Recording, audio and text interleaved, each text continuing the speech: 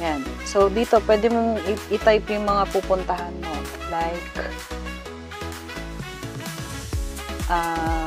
Makati.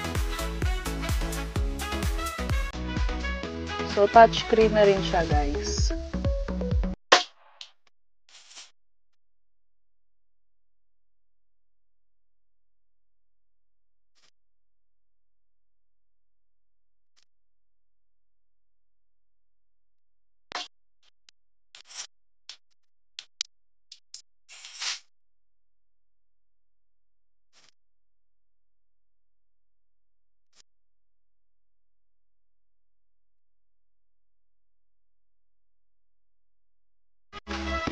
What's up guys, Summer here and welcome to another episode of Summer's Auto Marketing Channel. So for today's video, ang ipe-present naman natin ay ang MG3 Hybrid.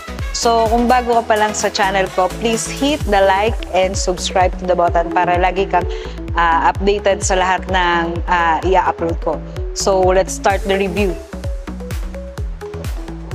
So guys, this is the MG3 Hybrid 2024. So, this MG3 Hybrid is just a mild hybrid.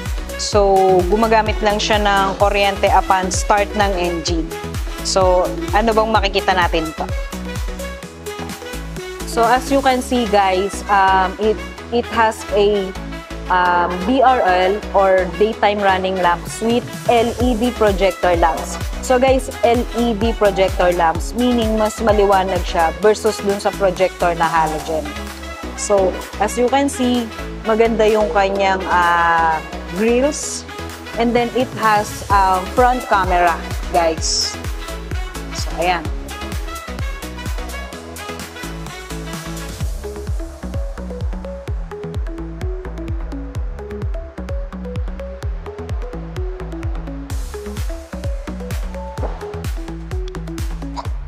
So, ito naman yung gulong niya.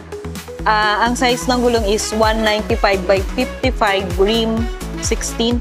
Then, naka two-tone alloy siya and lahat ng gulong is disc brake. So, ayan guys, ang ganda rin ng design niya.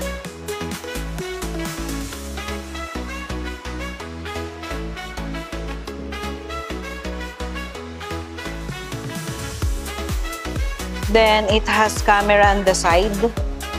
Plus, LED na rin yung daytime, yung side turn signal mo. And then, naka-keyless entry na rin to guys. So, ito naman yung gulong sa likod.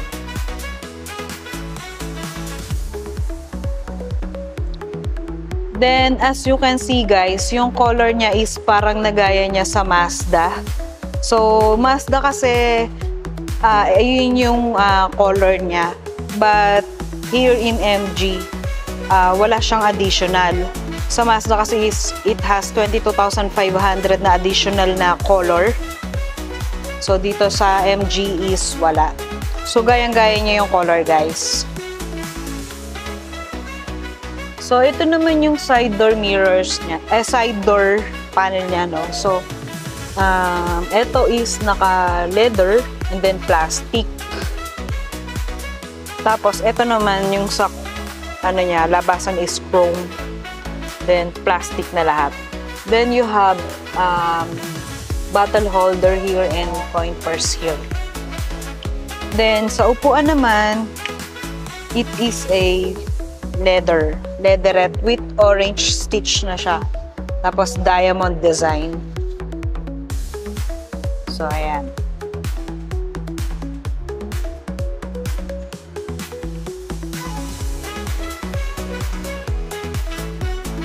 So, dito naman sa left side, ang makikita mo is yung lock and unlock ng sasakyan. Tapos, ito naman yung adjustan ng side mirrors at saka naka-auto fold siya. And then, ito naman yung buga ng headlamps kung gusto mo mahina lang or malakas. So, number 3 yung pinakamalakas.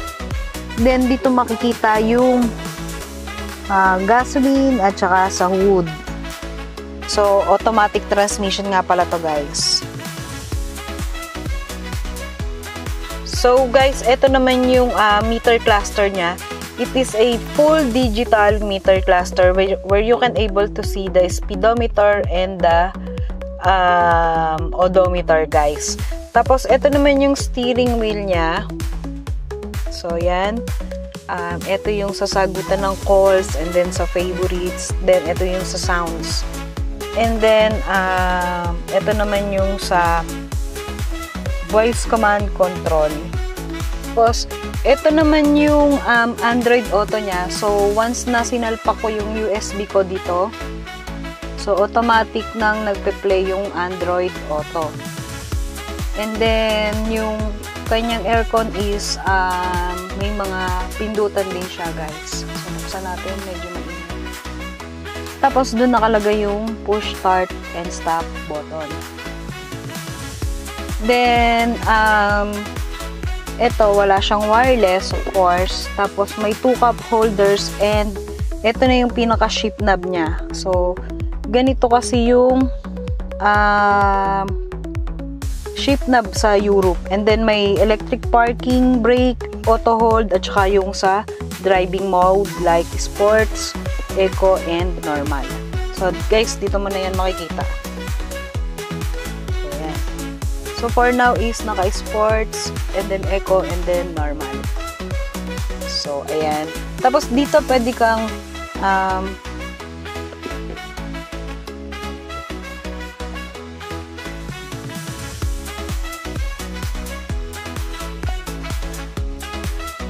so, dito, pwede mong i-type yung mga pupuntahan mo. Like, Makati. So, touchscreen na rin siya, guys.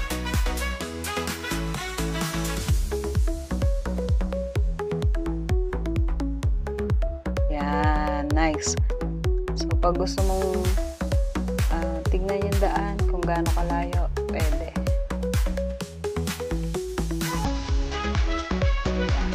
Tapos guys, itry naman natin yung sounds.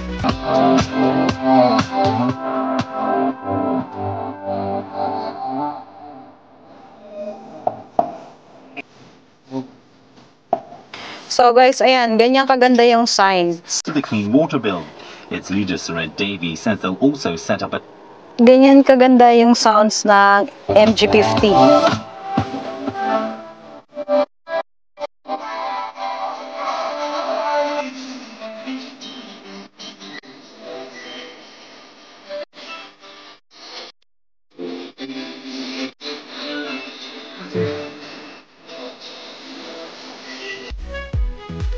So guys, punta tayo sa interface ng LCD display ng MG3 Hybrid. So ano ba makikita dito? It has navigation, radio, climate, and app connect which controls Apple CarPlay and Android Auto. Sa second page naman, it has climate, radio, music, USB video, vehicle, 360 camera settings, phone, user manual, and find vehicle and navigation. So sa vehicle naman, ang makikita natin is it has energy regeneration. Meaning, pag nag-brake ka, nagre-recharge yung sasakyan. And then, may electronic stability control din siya.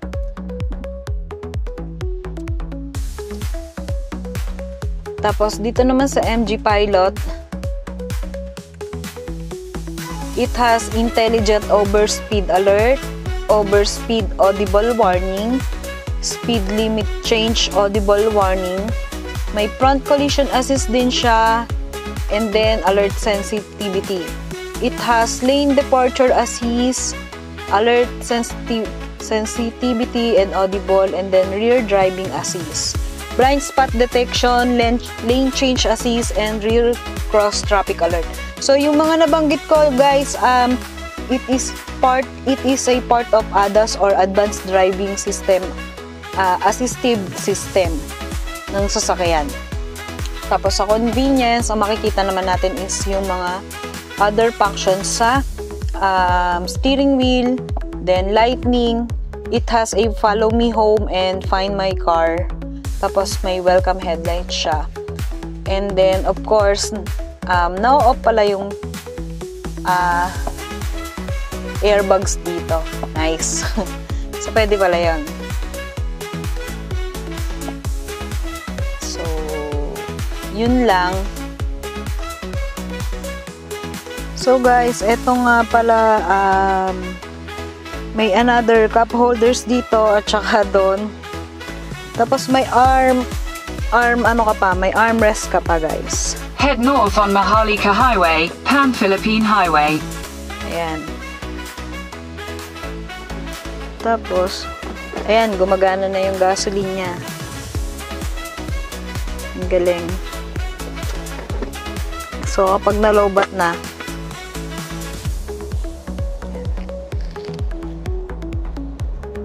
I think mga 10 minutes yung pagiging electric niya. Tapos, dito naman, halogen lang din. Tapos, may vanity mirror ka here. And then, here also. Tapos, dito yung ginamit na material is always plastic. Yung iba kasi is nagle-leather sila dito. And then, it has 6 speakers. And then, yun. Ganyan kaganda siya, guys. So, guys, eto naman yung likod niya. So, naka-leather din siya. And then, it is a 5-seater na hatchback. And then, you have 2 air vents and 1 USB charging station. And then, you have a document holder here. Guys, it has a 6 airbags nga pala, guys. So, super safe na safe ka hanggang dito sa AP. So, ayan. SRP nga pala nito is 1,088,888. Then, punta naman tayo dito sa likod. So, MG G3 Hybrid has a back camera and 3-eye sensor with an LED tail lamps. So, ayan.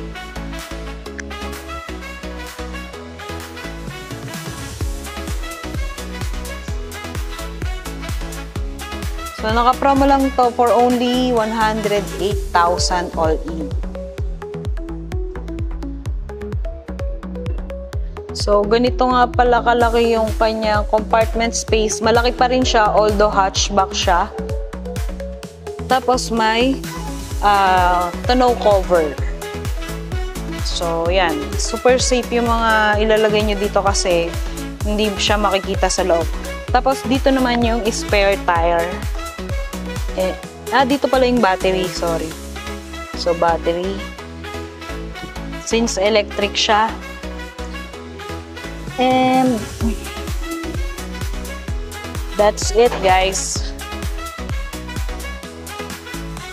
So, that's it, guys. And I hope na marami kayong natutunan sa pagpe-present ko. For more inquiries, please call the number below. And para mas ma-assist ko kayo ng maayos. This is the end of the vlog and see you on the next one. Bye-bye!